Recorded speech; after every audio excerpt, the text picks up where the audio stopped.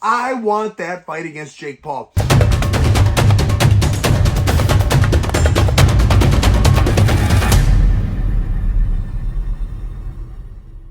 Jake Paul versus Nate Diaz in an MMA fight. I was not excited for the fight. I knew immediately Nate Diaz was going to walk through him. He was going to get on top of him, and what little wrestling Jake Paul has would just get, he would be upset by the amazing jiu-jitsu that Nate Diaz has. It wouldn't work out for Jake. And I thought, well, I can't believe that's the fight they're going with. PFL is good, and I know they're trying to find that perfect opponent for Jake Paul's debut in the octagon. Well, it's not the octagon, but debut in the cage. But to bring out Nate Diaz, he may be, he's not retired, but he may be an ex-UFC fighter with some hype. He's got a lot of hype. Everyone wants to see the fight. But he's not, he's far from old. He's far from being done. He is Nate Diaz. He's one of the more experienced, fun to watch, diverse MMA fighters in the world. So I wasn't excited about it. And I was arguing with people. I said, how do you think Nate or Jake Paul is going to beat Nate? It's not going to happen. Nate has got too many tools. Jake is going to maybe drop Nate, jump on him, and get submitted, just the way it's going to be. And then I found out it wasn't MMA. Jake Paul is fighting Nate Diaz in a boxing match. I am excited for this one. This is a power, which I have, Jake has, versus speed and endurance and technique. This could be a fun fight. This is on paper, the internet anyways, on the internet paper, people are saying Jake Paul is going to just put him to sleep. Jake Paul has too much power. Jake Paul is going to catch him. I don't think that's what's going to happen. It's possible. A power puncher has that shot at landing that power punch. It's a hard sentence to say. But he's got to overcome. One, he gets tired. He slows down a lot. Nate Diaz does not slow down. Nate Diaz is good for 25 minutes, and that's not how long this boxing match is going to be. It's probably going to be 6 or 8 rounds of 3 minutes. It should be a very easy pace for Nate to keep up. I could see Nate getting dropped early, and the crowd, freaking out about it. I could see him getting dropped twice maybe because it's what he's used to. Jake will slow down. He always has. Then he goes in little bursts. Nate Diaz is a distance fighter. He will find that range, although he will be smaller than Jake.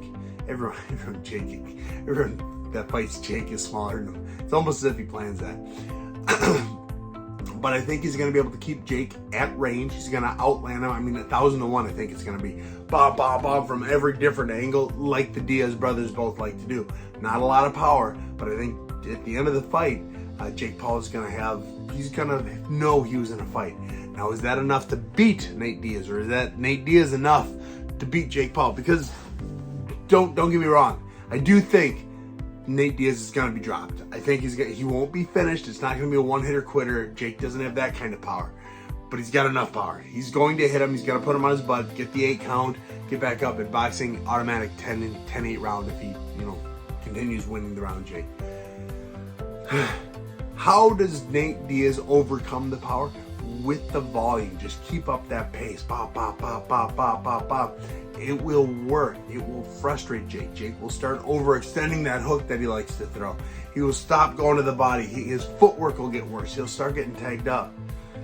Come the later rounds, Jake tends to throw 1 to 2 punches at a time. They are bigger punches. He'll cover up and he'll throw that boom, boom. But they're from the hip. They start dropping down. Nate will see that. Nate will not get tired in this boxing fight. I think the conditioning will be a huge fight-changing advantage for the Diaz brother. I'm really excited. I really want to know if Jake is, if Nate is going to get the Stockton slap in the way with the boxing gloves. I'll bet you he does it. I don't know if it's against the rules, but I'll bet you it happens. Will Jake Paul be able to drop, if you get dropped 3 times in a round, fight's over. Will Jake be able to drop Nate Diaz 3 times in a round? Maybe. I don't think so. I think that adrenaline dump you get after dropping someone is going to start affecting Jake earlier than usual, because I think he will get that drop early in the fight. And he won't be able to finish that round as strong as he starts. He'll be very proud of the ability to drop him, like everyone is. Look at Leon Edwards. Leon Edwards dropped him throughout the whole fight and then almost got, he was 10 seconds away from losing the fight in the 5th round. More rounds, more time to rest, I guess, but not really. He's going to gas himself with that adrenaline dump. I am excited for the fight. I love the power versus speed dynamic of the event. I love how Jake Paul is going to run his mouth like... He's not Conor McGregor. He's not running his mouth that well, but he's real loud with everything he says. I love how he's going to do that. Nate Diaz is going to go in one ear, out the other, and he's just going to say whatever he says and throw the mic on the table for the entire time. I'm more looking forward to the press conferences leading up to it. And I'm curious as to what Nate's going to say at the end of the fight. You know, if he wins, what he's going to say on that mic. That's an exciting part too. Now, back to the original part. Why am I so excited that Nate Diaz for Jake Paul isn't the PFL debut of, Jake Paul in MMA? Because I want that fight, guys. I want that fight against Jake Paul. Years ago, 5 years ago, 6 years ago, I sparred with Logan Paul. Jake was in the room. I was supposed to spar with Jake. Jake didn't want any part of it. I was going very light. I still hit Logan a little harder than I meant to. He walked into it. Anyways, Jake didn't spar me that day, which is fine. Years have passed. He has become an international superstar with boxing, and it's all good. But I want that round of sparring with him. I want that round. Now I know I am far from a winning streak. I have the biggest not winning streak in UFC history, and I'm not proud of that. There were a couple bad decisions in there, a couple bad stoppages, and I've got an excuse for each and every one of them. Especially that Wellington tournament fight. I won that freaking fight. He poked me in the eye 7. Anyways.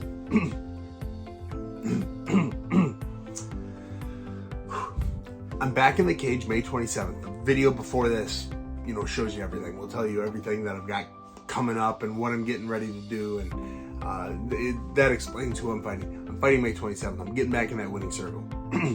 As soon as I win that fight, you better listen. I'm going to thank my God. I'm going to thank my team. And I'm going to say, Jake Paul, let's make this happen. You get that fight in August. I'm going to be watching. And as soon as he gets that microphone, I want my name to be on his lips. So tag him on Instagram, tag him on TikTok, tag him anywhere you can, if you don't mind, guys. I will beat Jake Paul. I am sure of it.